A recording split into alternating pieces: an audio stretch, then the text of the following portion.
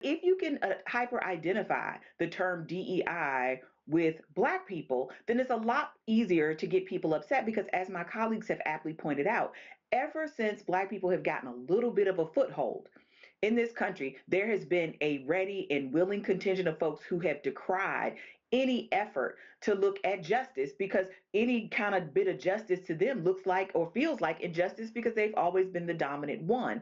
But people forget, though, is that when Black people have gotten these things, whether we're talking about equal employment, civil rights, they've also brought a lot of people with them, women, white women in particular, beneficiaries of affirmative action. When we talk about the Civil Rights Act and the Voting Rights Act in 64 and 65, we also got immigration reform. I think of those things as important moments. But if you can get enough people to think about DEI as just another way to do an end run, right, around qualified whites and take something away from whites, then they can get really upset because a lot of this is just sort of we want to guard against potential loss. We're not talking about real losses to white wealth or white overrepresentation in most institutions in this country.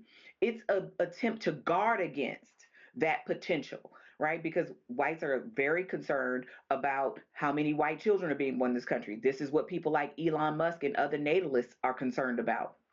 All of this stuff is about preserving America as a white nation that serves primarily white identified people.